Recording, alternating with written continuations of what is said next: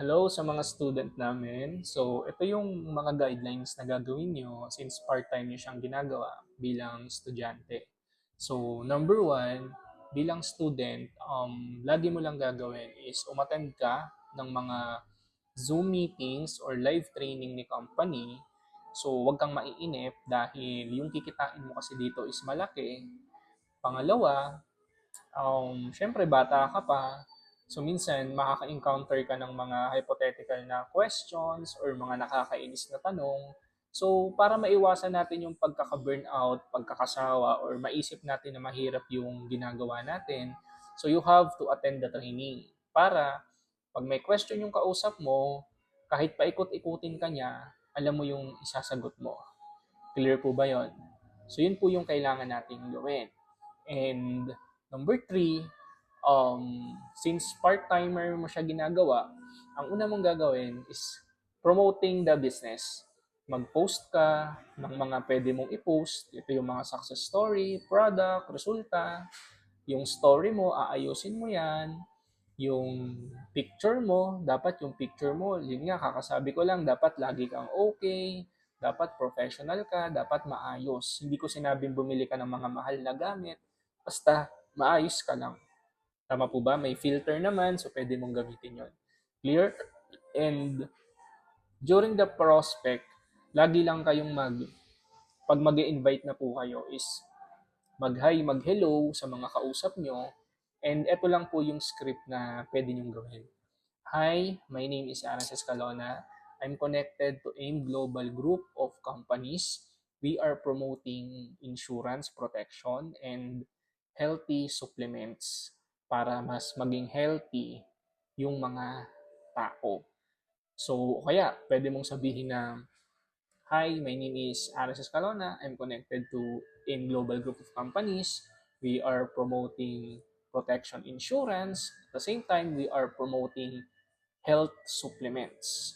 And kaya ako nag-message sa'yo, nagbabaka sakali ako, baka gusto mong kumita part-time ng minimum 10,000 to 20,000 per month gamit yung Facebook mo.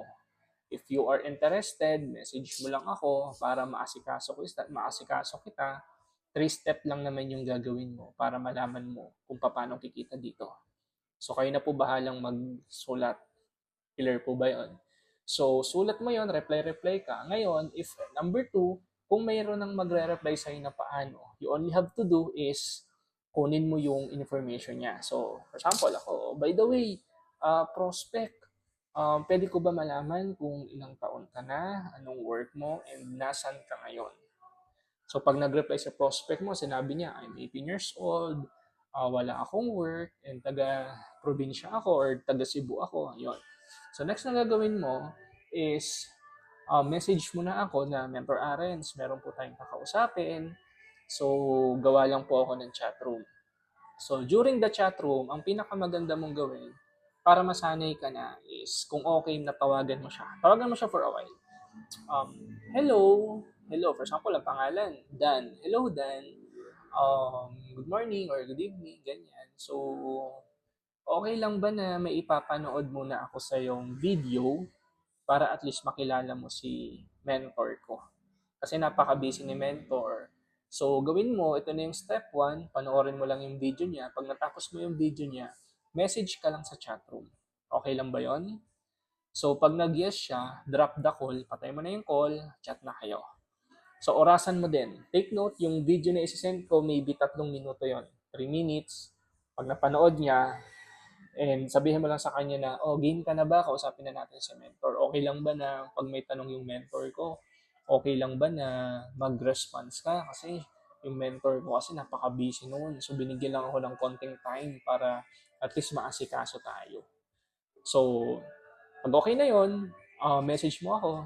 So, Mentor Arens, okay na po. Naano ko na po siya. Nakausap ko na po siya. Napanood na din po niya yung video niya. So, ganun lang. Ganun lang kasimple yung gagawin mo. Pag nagtuloy-tuloy na yon, okay na, papasok na ako doon. Nagkaintindihan? Ayan. So, ako na po bahala doon mag-present sa chat room. You only have to do is i-observe mo ako paano ba ako kumakausap. So, bakit kailangan?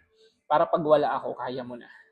So, i-discuss ko doon yung membership package natin na 5,980. I-discuss ko doon kung ano yung mga gagawin niya. Clear? So, sobrang bilis lang nun. So, for now, yun lang muna yung gawin nyo. Kaintindihan. So, please, pag napanood mo to, message mo ako ng napanood ko na po, mentor. So, yan yung keyword natin. Enjoy watching.